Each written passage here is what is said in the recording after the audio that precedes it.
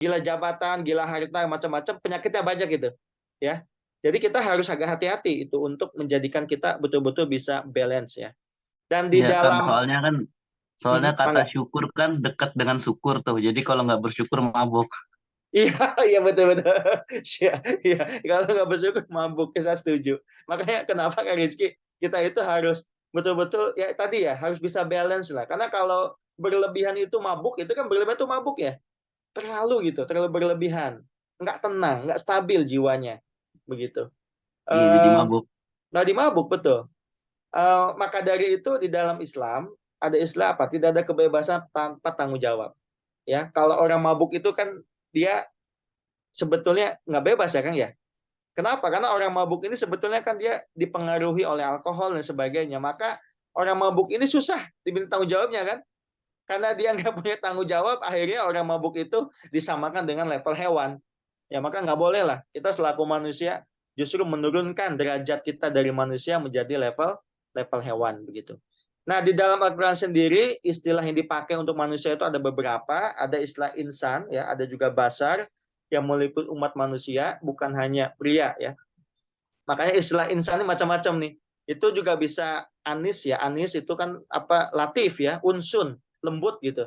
Termasuk insan itu juga ada istilah manusia, apa-apa yang tidak bisa dilupakan ya, manusia. Kalau basar itu kan lebih kepada fisiknya ya, tapi ada basirah. Basirah itu yang dalamnya gitu. Jadi manusia itu beberapa istilah yang memang dipakai lah di dalam Al-Qur'an. Teman-teman boleh nanti membaca buku mengenai manusia dari misal Mutadu Mutohari itu boleh dibaca buku itu. Nah, selanjutnya saya lanjutkan sedikit tentang alam semesta, Kang. Tadi betul ada Lima yang menit disampaikan. lagi kan ya, sampai Ya, jam boleh. 10 lah. Siap. Sampai jam 10. Baik. Ini yang perlu saya sampaikan juga kaitannya dengan alam semesta, teman-teman. Jadi mengkaji manusia itu tadi awalnya dengan Allah, kemudian manusia itu sendiri, nah terakhir dengan alam. Jadi kita nggak boleh melupakan alam juga, karena ini juga yang akan menjadikan kita punya pemahaman utuh mengenai bagaimana sebetulnya manusia itu. Tadi betul sekali Mas Jarangi menyampaikan di dalam surat Fusilat ayat 53, ini juga saya kutip nih, sanurihim ayatina fil afaki wa fi anfusihim hatta yatabayyana lahum annahul haq awalam yakfi birabbika annahu ala kulli syai'in syahid. Kami akan perlihatkan kepada mereka tanda-tanda kebesaran kami di segenap penjuru dan pada diri mereka sendiri sehingga jelaslah bagi mereka bahwa Al-Qur'an itu benar. Ya, ini penting nih. Fil afak wa fi anfusihim. Jadi ada hubungan kuat antara nafs jiwa manusia dengan alam. Ini bukan hal yang terpisah ya. Maka ada istilah kalau dalam tasawuf itu insan insan alam kabir ya. Jadi ada konsep alam sogir, termasuk insan kabir, insan sogir. Itu konsep-konsep dan tasawuf lah. Tapi saya nggak ke sana. Oke, ini saya lanjut saja dulu. Next kan, ada mana tashir. Jadi alam juga udah tunduk ya kepada manusia. Makanya kenapa alam itu tunduk ya karena ini. Nah ini yang penting juga eskatologi teman-teman.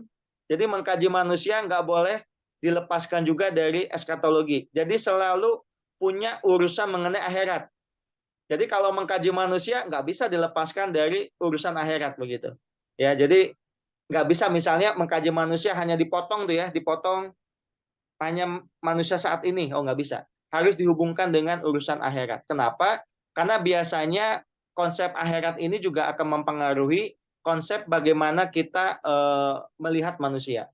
Ini saya kasih contoh misalnya. Rasulullah itu seringkali mengingatkan sahabatnya untuk mengingat kematian sebagai sumber kebijaksanaan. Misalnya mutu qabla anta mutu, matilah engkau sebelum mati.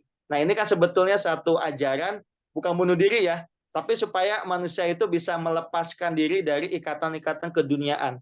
Karena semakin kita terikat dengan kehidupan dunia, biasanya kita semakin tidak nyaman dan tentu susah membayangkan kita menjadi sosok yang punya kepribadian yang positif begitu. Itu agak berat.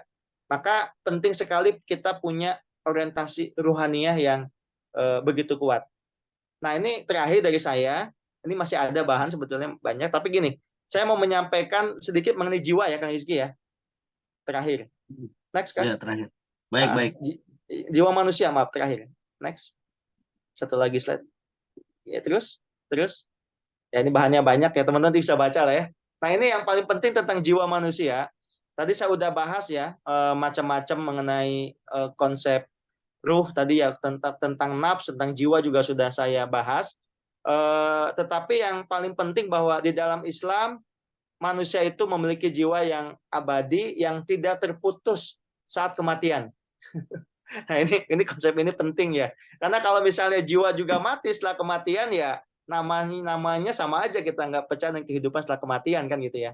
Artinya apa? Kalau kita yakin bahwa ada kehidupan setelah kematian, maka selama hidup sebaiknya memang kita memunculkan apa istilahnya itu kepribadian yang positif ya di dalam melihat apapun.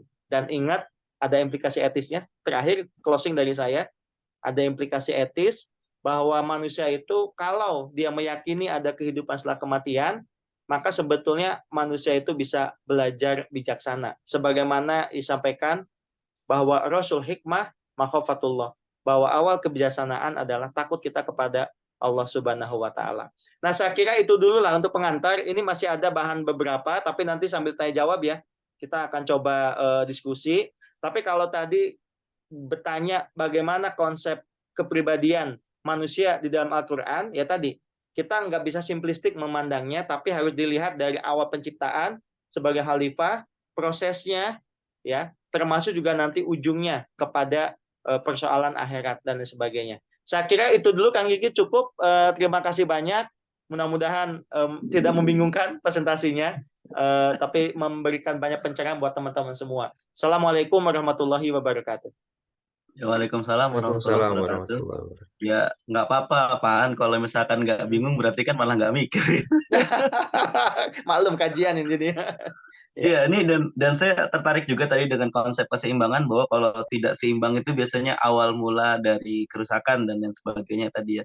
Itu Ya, juga betul. sebetulnya terkutip daripada definisi zuhud. Definisi zuhud itu kan laisa tarkut dunia, dia bukan meninggalkan dunia, Ya, bal qalbuhu la yata'allaq bi umurid dunia, tapi bagaimana caranya agar hati tidak terkunci dengan dunia. Nah, itu.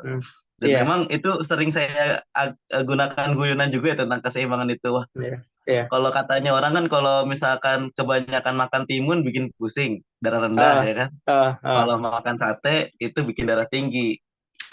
Berarti kalau misalkan orang darah rendah ya suruh makan sate gitu. Iya, iya, iya, iya. Atau kalau misalkan orang darah rendah ya kurang marah-marah berarti. Iya. Ya enggak. Itu sebetulnya Prinsip keseimbangan. guyon aja artinya Betul, betul. menunjukkan kalau keseimbangan itu memang Hmm. perlu. Oke, ini banyak banget Pak yang saya bikin Iya, catatan yang hanya bisa saya iya. yang baca ini tulisannya. Siap. Hmm, hmm. Selanjutnya langsung kita dengarkan materi yang kedua dari Pak Zainal Arifin. Alhamdulillah dari tadi juga ikut menyimak penjelasan Pak Aan. Siapa tahu nanti saling melengkapi dan justru malah bisa memperkaya khazanah kajian kita pada hari ini. Baik, Pak Zainal, dipersilakan. Baik, terima kasih, Kang Rizky. Assalamualaikum warahmatullahi wabarakatuh. Waalaikumsalam Waalaikumsalam warahmatullahi wabarakatuh.